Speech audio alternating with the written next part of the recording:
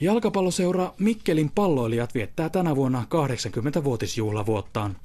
Palloilun erikoisseuraksi aikoinaan perustettu MP on vuosien saatossa voittanut tukun SM-mitalleja eri lajeissa. Kunniakkaalla historialla varustettu seura pelaa jalkapalloa nykyään 3. korkeimmalla sarjatasolla. Perinteikkäällä kotiareenalla urheilupuistossa on nähty Mikkelin palloilijoiden eli mikkeliläisittäin MP:n osalta nykyistä aurinkoisempiakin aikoja. 70-luvun alku oli MP:ltä vahva. Seura saavutti jalkapallossa 2 hopeista mitalia ja voitti Suomen Cupin 2 otteeseen.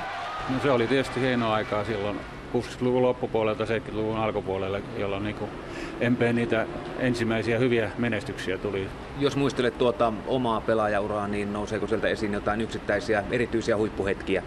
Oikeastaan se Suomen Cupin ensimmäinen voitto 70, kun pelattiin Reipasta vastaan stadionilla, niin se on ehkä se mieleenpainuvin hetki, kun oltiin vielä ihan loppuvaiheessa 1-0 häviöllä ja sitten saatiin ihan loppuvaiheessa tasapeli ja sitten jatkoajalla voitettiin se peli.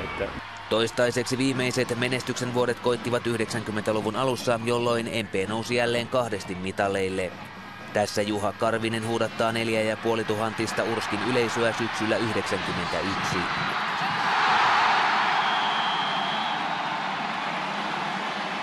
Viime vuosina mitalihumu on elänyt vain historian kirjoissa, sillä perinteikäs seura on vajonnut aina kakkosdivisioonaan saakka.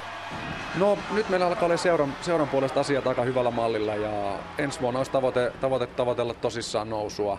Tänä vuonna tarkoitus olla nousukamppailussa, että jos ei vielä nousta, niin ei haittaa, että ensi vuonna on se päätavoite. Suomalaista jalkapallohistoriaa MP teki vuonna 1971, jolloin Mikkelin palloilijat perusti Suomen ensimmäisen naisjoukkueen. Alkuvuosikymmeninä seuran lajivalikoimaan kuului jalkapallon lisäksi myös jääkiekko, jääpallo ja lentopallo. Jääpallokentiltä on tullut myös seuran ainoa aikuisten Suomen mestaruus. Sitten huomisen